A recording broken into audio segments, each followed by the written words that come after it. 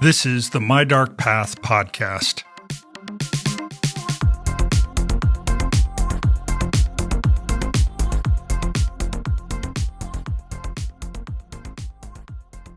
When cryptocurrency first emerged as a concept and then as something that the mainstream investor could buy and sell, people the world over became instantly attracted to it. The definition of crypto is simply this: a digital or virtual currency that is secured by cryptography, which makes it nearly impossible to counterfeit. And while other currencies are issued by a government, crypto is theoretically independent of government and immune to government intervention or manipulation. So this idea of a currency that does not go through a bank, is accessible to everyone, and has a fully public record is enticing. And it's especially attractive to those who have trouble trusting others with their money and don't want to put their savings into the hands of a stranger at a bank or have their transactions monitored by a government. With Bitcoin, perhaps the most well-known of any cryptocurrency, you can do it all by yourself. Still, while crypto is technically accessible to everyone, it's actually quite complicated to understand if you're not an expert. The average person needs a way to invest in crypto even if they don't fully understand what they're doing. That means that average players need to rely on a third party to handle the high-tech stuff for them. But as long as it's a company that's transparent, that exists solely for the benefit of the consumer or investor, then maybe, just maybe, it can be trusted too. Or can it? In full disclosure, I invest in crypto, although invest might be too sophisticated a word for how I approach it. Investing in stocks requires trying to predict future company cash flows and then estimating the value then that's reflected in the price of a stock. More specifically, a company takes inputs and sells the output of that for more than it costs to make it, at least if you're doing it right. And then in that case, the company's assets are visible and measurable. Even companies that just create software, the value is observable in the skills of the team and potentially the intellectual property that creates them. But crypto? There are no observable assets. Like gold and other precious metals, the price is completely tied to the value that others place in a scarce asset. The price of crypto rises and falls accordingly. But unlike, say, American Gold Eagle coins, which I can hold in my hand, crypto is just numbers on a screen.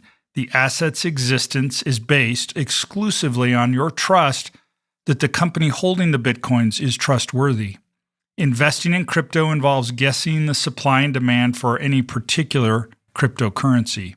So, my simple investment strategy involves dollar cost averaging into a single cryptocurrency as a hedge against other investments. But at the end of the day, is cryptocurrency really that safe and secure? Are the people who own the money really the ones in charge of it? Is there anything more happening behind the scenes than the average investor is aware of? It's safe to say that wherever there's an opportunity to make money, there's also scams. And because of the nature of crypto, perhaps the risk is even higher in this brave new world of currency. If someone asked you to picture a scam artist, someone who robbed innocent people of millions, who engaged in money laundering, who could potentially fake his own death, then you probably would not picture Gerald Cotten. 30-year-old Jerry was a perpetual optimist with a sweet, crooked smile who dressed with sweater vests and still played with Pokemon cards. He had a mop of shaggy blonde hair and soft blue eyes, a boyish face, and square-framed glasses. If you spoke with him, you might be struck by his confident and charismatic demeanor. You would certainly not feel intimidated. He came off as the friendly nerd next door. Sure, he also happened to be the founder of Canada's largest cryptocurrency exchange, QuadrigaCX, but that wasn't so surprising. This guy had a vibe similar to Mark Zuckerberg or maybe even a young Bill Gates, a geeky boy genius completely capable of making it big in the tech world. He wasn't anyone to be afraid of. Instead, perhaps, he was someone to look up to be inspired by. That was until he died, or supposedly died. And the truth came out about his life, one dark secret at a time. In today's episode of My Dark Path, we'll tell you the story of Gerald Cotten, internet geek, YouTuber, and perhaps criminal mastermind. Serious cryptocurrency professionals have a mantra: trust no one. So why did they trust him?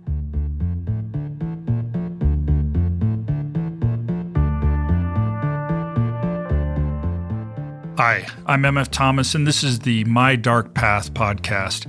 In every episode, we explore the fringes of history, science, and the paranormal. So if you geek out over these subjects, you're among friends here at My Dark Path. Find us on Instagram, visit mydarkpath.com, and see our videos on YouTube. But no matter how you choose to connect with us, I'm grateful for your support. Also, if you want more of My Dark Path, subscribe on Patreon to My Dark Path Plus. I'm releasing a new subscriber-only episode every month. Our first 6+ episodes are covering the secrets of the Soviets based on research I've done in Moscow.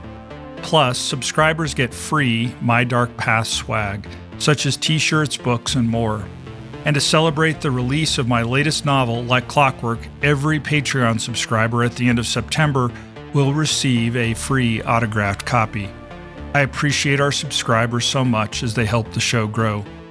And if you stay until the end of the episode, you'll hear a special promotion for the Ghostly podcast. It's one of our favorites here at My Dark Path. Let's begin with episode 41, Stealing Trust.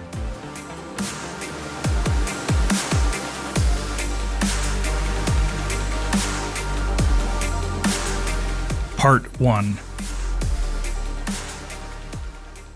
In January 2019, hundreds of people were facing a financial crisis.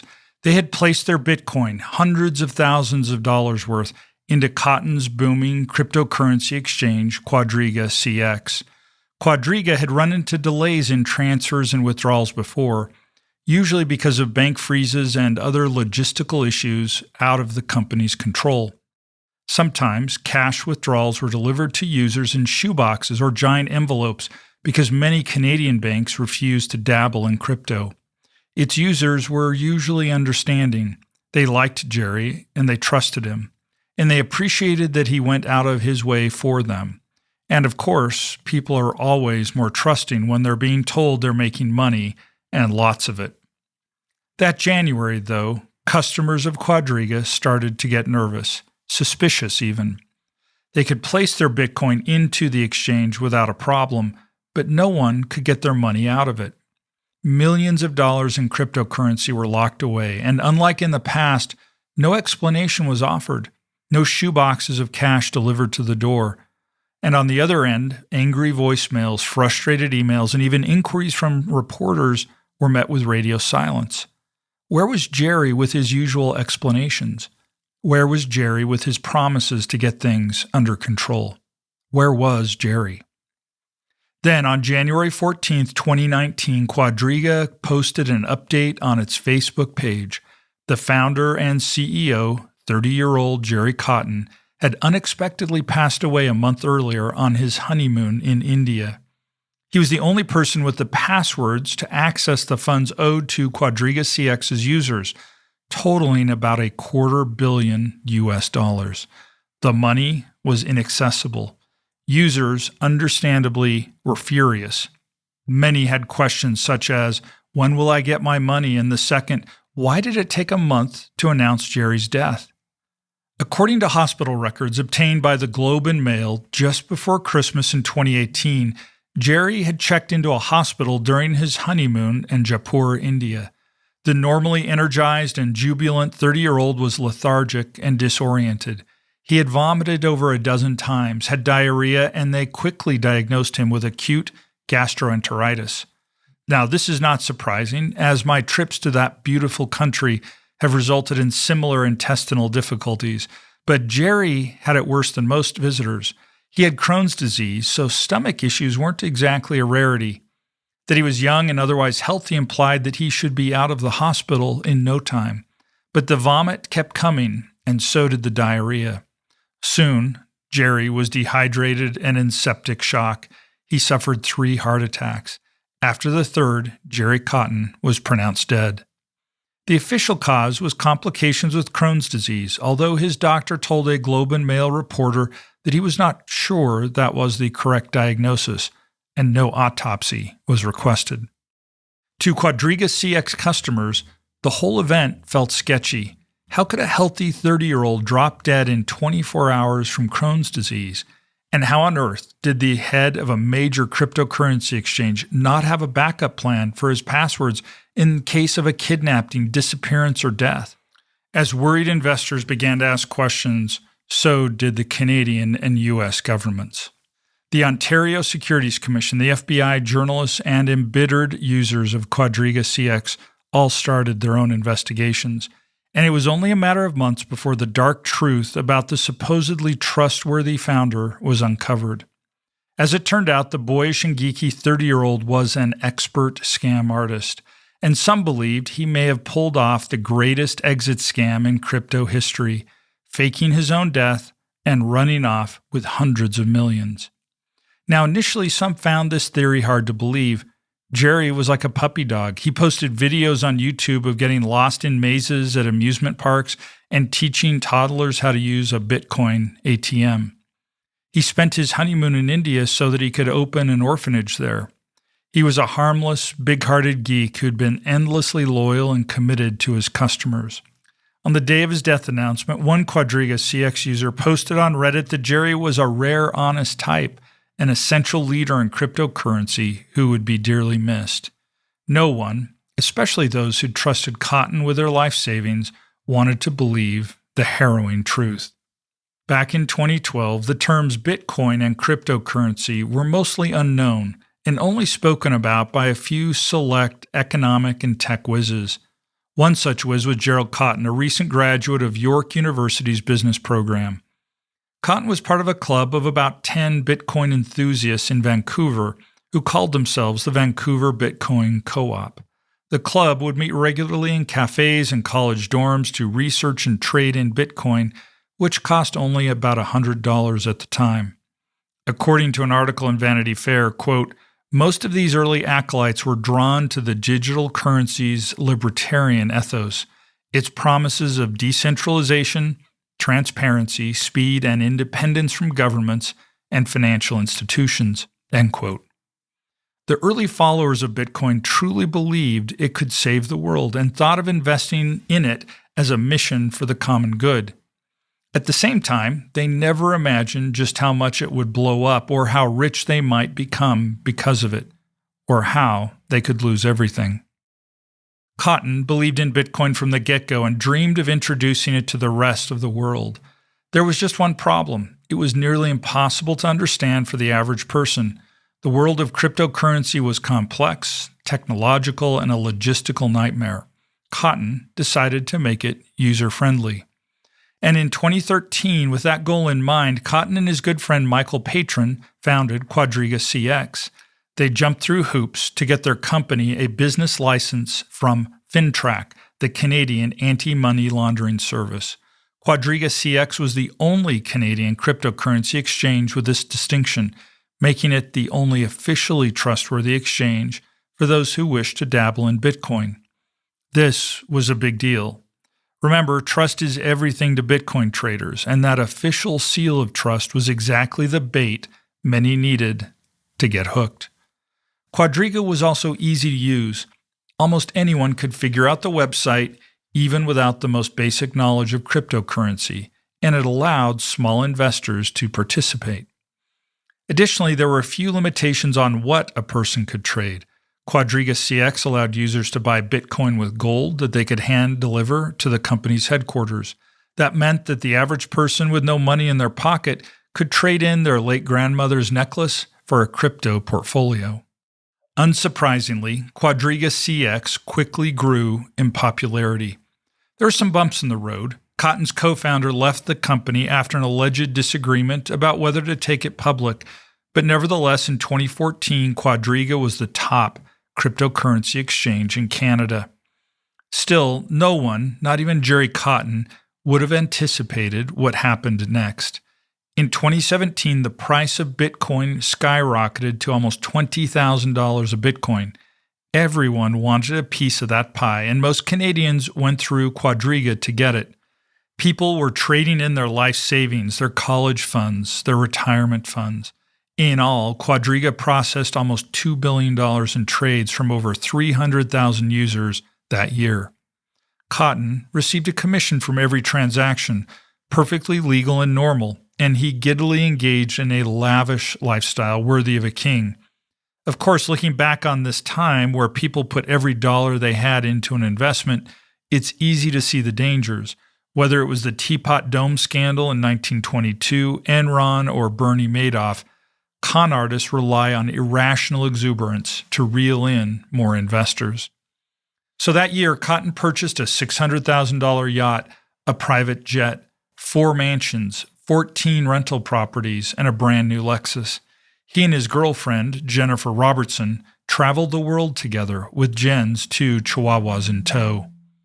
Cotten did all his work on his laptop so that he could work from anywhere, which is exactly what he did. In the documentary Trust No One, The Hunt for the Crypto King, a friend of Jerry's explains that nearly every time he spoke with him, Jerry was in a different country. One day he was in Iceland, the next he was in Hong Kong. While Cotten was living large, his company was suffering. After the surge of 2017, Bitcoin's price dropped, and by fall of 2018, the price had dipped from $20,000 per Bitcoin to just over $3,000. As I finish editing this episode, my tracker shows it at about $2,100. Traders were losing money fast. They wanted to withdraw to get out before they lost everything. Quadriga users, however, couldn't. And so the excuses started. Computer mishaps and banking issues froze withdrawals. Millions of withdrawals were stuck in limbo. Traders watched in dismay as their life savings dropped before their eyes. Cotten offered brief apologies and promised the issues would soon be resolved. There had been bank freezes in the past, and Cotten had still managed to get people their money, but this time felt different. The rate that Bitcoin was dropping was staggering, and the freeze didn't seem like it would end anytime soon. Around this time, Cotten married Robertson, and the two jetted off to India on their honeymoon. No one heard from Cotten for a month. He was now the sole person operating Quadriga. Then came the Facebook announcement. Cotten was dead. The money, $250 million, was inaccessible. This was more than the money frozen by the banks. It was every single dime deposited into Quadriga at the time, and the only person with the key or password to access it was dead. At first, crypto enthusiasts mourned Cotten's death. Still hopeful that they would receive their money, they offered sincere condolences on the internet, expressed gratitude to the genius who'd helped them make a profit from Bitcoin, and lamented the tragedy of losing someone so intelligent, so young. "We lost a real Bitcoin hero today," one Redditor posted that January. It was only a matter of days, though, before the alarm bells started ringing. Signs that the money wasn't coming back, that Jerry Cotten may not have actually died at all. At first, it was the small things. His name was misspelled by one letter on his death certificate. The casket was closed at the funeral, so no one actually saw his body. He made a will just 12 days before his sudden death. Not to mention the timing, what a coincidence that Jerry Cotten would die right as Bitcoin started dropping in price. But there were other inconsistencies too. The passwords to access the money supposedly died with Jerry, but Jerry had spoken in a 2015 interview about the importance of saving passwords somewhere secure in case of an emergency. In another interview, he claimed to have installed a safe in his attic where he kept his passwords. The safe, which had been bolted to the rafters, was gone. Additionally, Jerry had told his friends the same year he died that there was a dead man's switch that would give them access to Quadriga's accounts if he ever died or disappeared, but that did not appear to be the case. Perhaps most alarming of all were the cold wallets. In crypto lingo, cold wallets refer to the external hard drives used to store large sums of money. Cold wallets are not unlike a vault. They're rarely interacted with and hold most of the savings. When investigators searched for the cold wallets belonging to QuadrigaCX, they found no indication that the company ever had one. And without these hard drives, no one had a clue where the money was stored or even if it existed at all. Michael Perklin, a friend of Cotten who founded the world's first blockchain security consultancy, told Vanity Fair that, quote, Jerry was a very careful person who well understood the need to back up one's private keys. There's no way that a man like Jerry, with all his knowledge and his mindset, would leave it to chance, end quote. But that's exactly what Jerry did, intentionally or unintentionally. He was the only person with access to the funds, and he had no established backup plan whatsoever. So the negligence was unthinkable and, frankly, unbelievable. While investigators pieced these bits of information together, users of Quadriga tried to solve the mystery themselves. They met on places such as Reddit and Telegram, where they uncovered clues, scoured the internet for information, and tossed around conspiracy theories. Today, these chats have hundreds of users on them, including reporters, FBI agents, and creditors. But these first determined internet detectives discovered something altogether shocking about the case: that Gerald Cotten was never the man he said he was. He was not just a crypto geek who happened to found his company at the perfect time. He was a scam artist and possibly an evil mastermind. QuadrigaCX all too likely had been a scam from its very first day. And Jerry's so-called death may just have been its grand finale.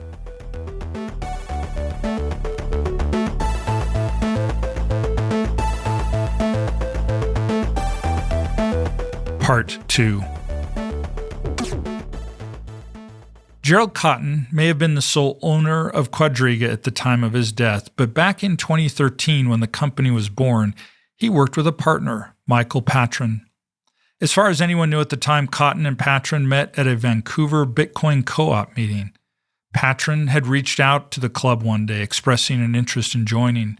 The group was so small and Bitcoin so unheard of that at the time, members recall being surprised and perhaps even suspicious to receive that message.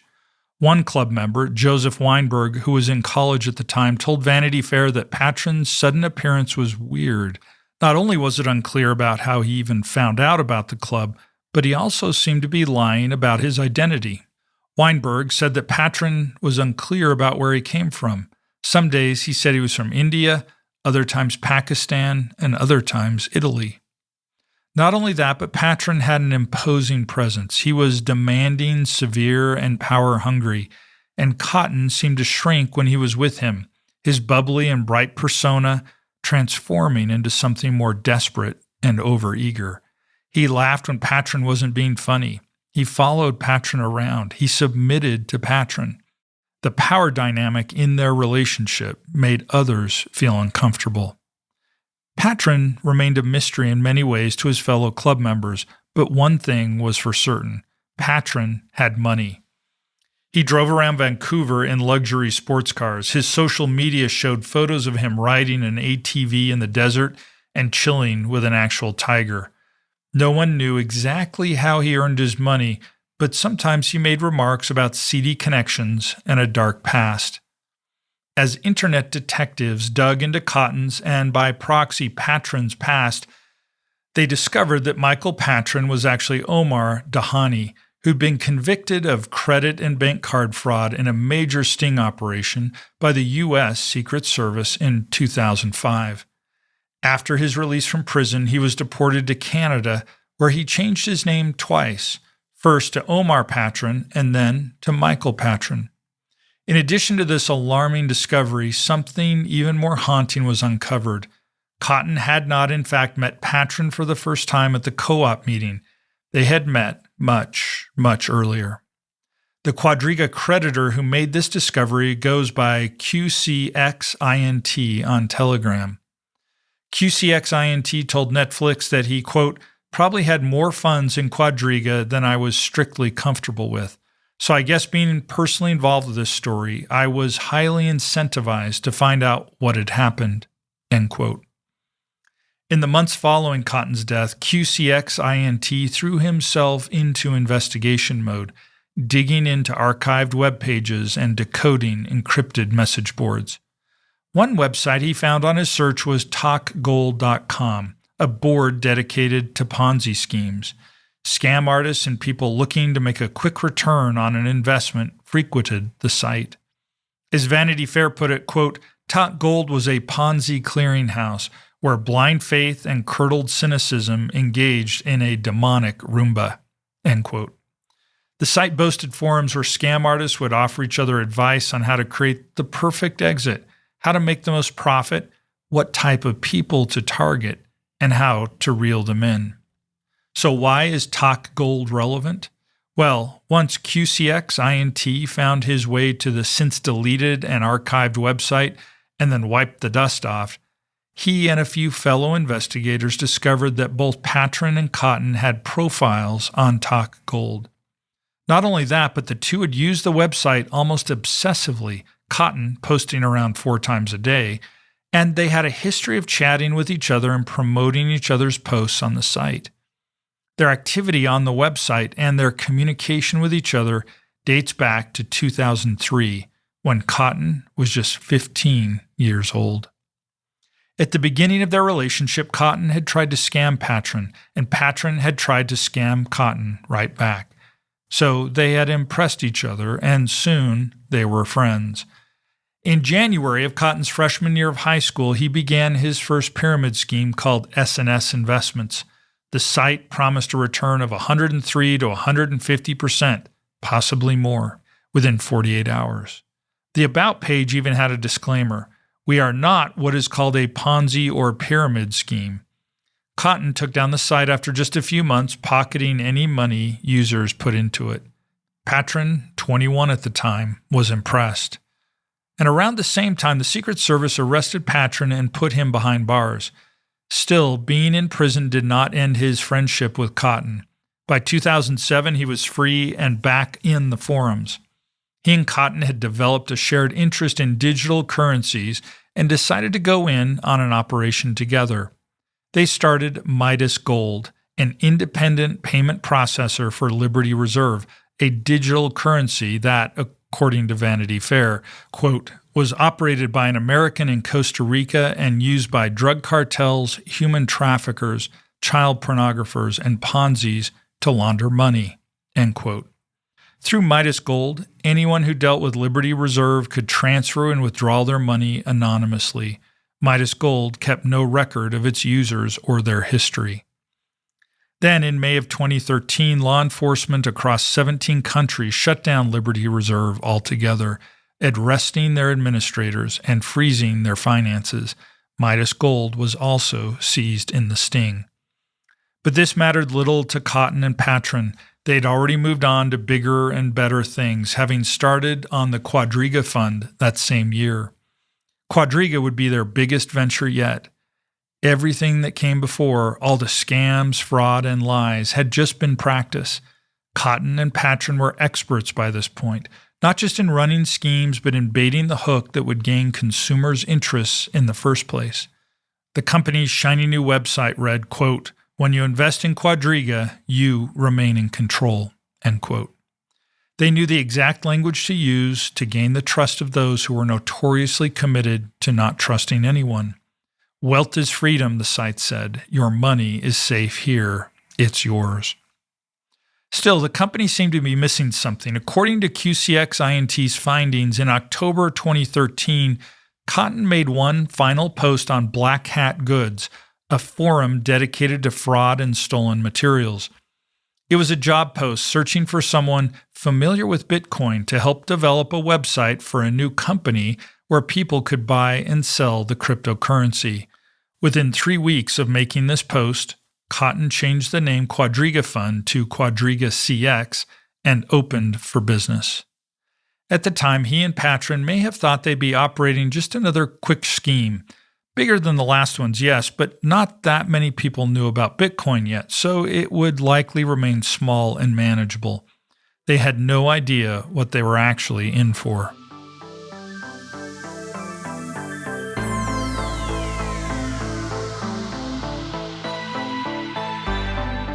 Part 3. So what exactly was QuadrigaCX? As far as investors knew, it was an easy and safe way to buy and sell Bitcoin, make deposits and withdrawals of the electronic currency without the headache of dealing with a bank, most of whom didn't accept crypto anyway. In many ways, this was a perfect front for a scam. QuadrigaCX was made for the average investor, a consumer who wanted an in with cryptocurrency, but who wasn't expert enough to completely understand what they were doing. And people also expected things to go wrong. Because banks didn't deal in crypto, it was reasonable to think that there might be money freezes from time to time. When a trader couldn't get their funds, they blamed it on the government before they blamed it on Jerry. And Jerry was the good guy, the friendly neighborhood CEO who appeared on his customers' doorsteps with a shoebox filled with cash that he owed them. But how exactly was he getting this cash in the first place? Sometimes customers' money would be delivered to them while other customers were still waiting for their payday, being told that the funds were frozen.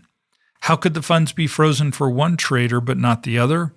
Well, it seemed that whoever complained the most publicly got their money the fastest. And of course, this is the essence of a Ponzi scheme, using new investors' money to pay off the requests of old investors. And it always works, until, that is, the withdrawals exceed the new investments.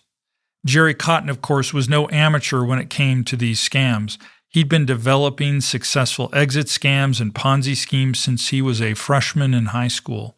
And at its roots, QuadrigaCX was no different from the small-time exit scams he used to perform. It was just bigger, a lot bigger. The truth was, back in 2013, when Bitcoin was not yet a household term, Cotten could never have predicted just how popular it could become.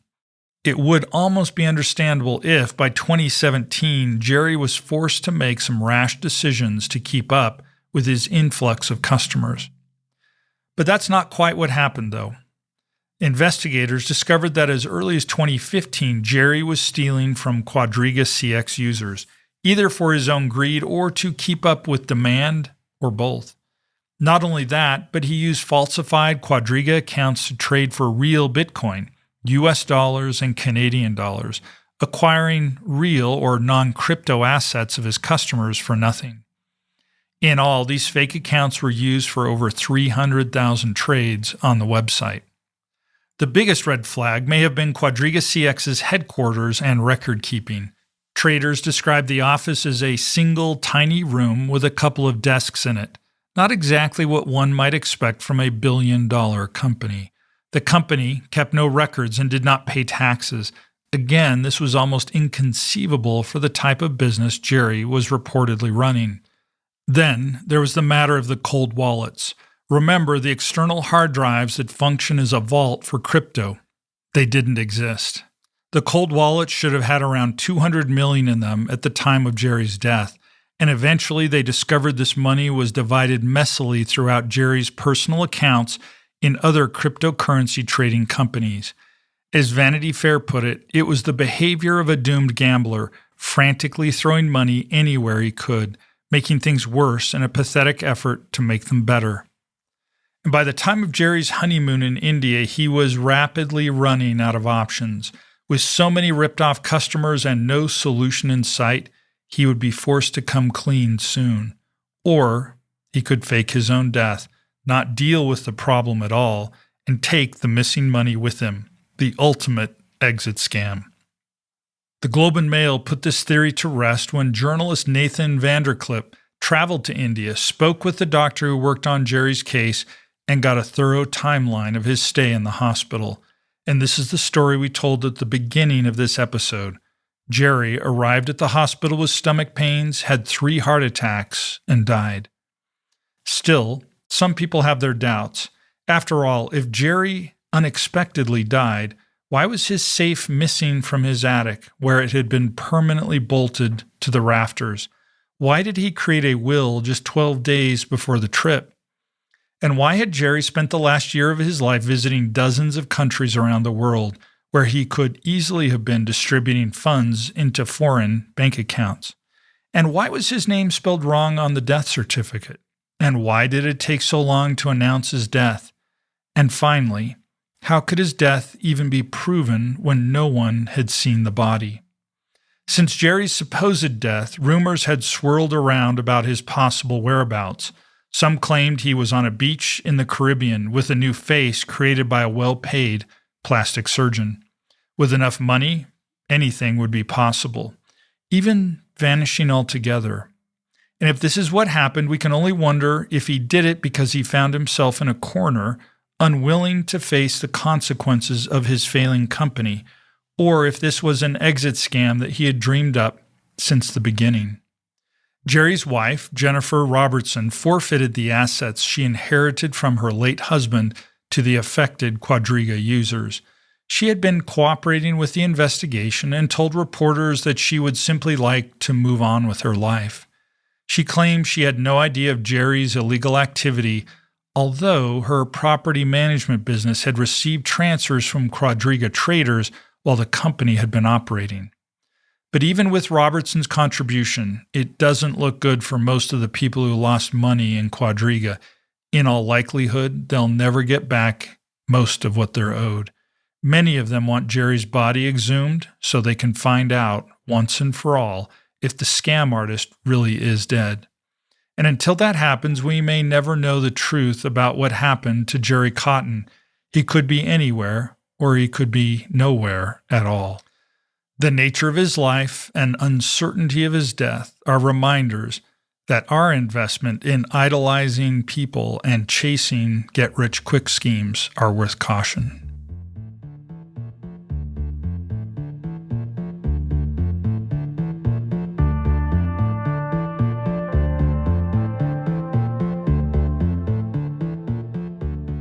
Thank you for listening to My Dark Path. I'm MF Thomas, the creator and host. I produced the show with our creative director, Dom Purdy. This story was developed by Laura Townsend. Big thank yous to them and the entire My Dark Path team. Please take a moment and give My Dark Path a rating and a review wherever you're listening. It really helps the show, and we love to hear from you. And stay tuned for this special introduction to the Ghostly Podcast. Again, thanks for walking the dark paths of history, science, and the paranormal with me. Until next time, good night.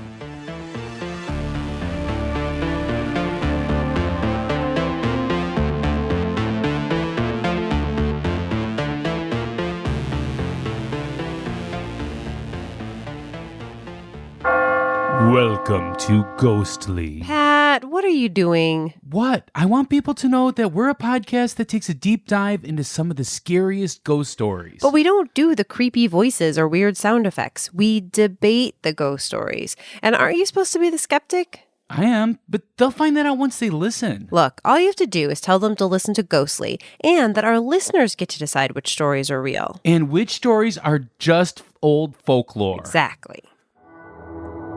Download Ghostly wherever you find great podcasts. Oh, jeez.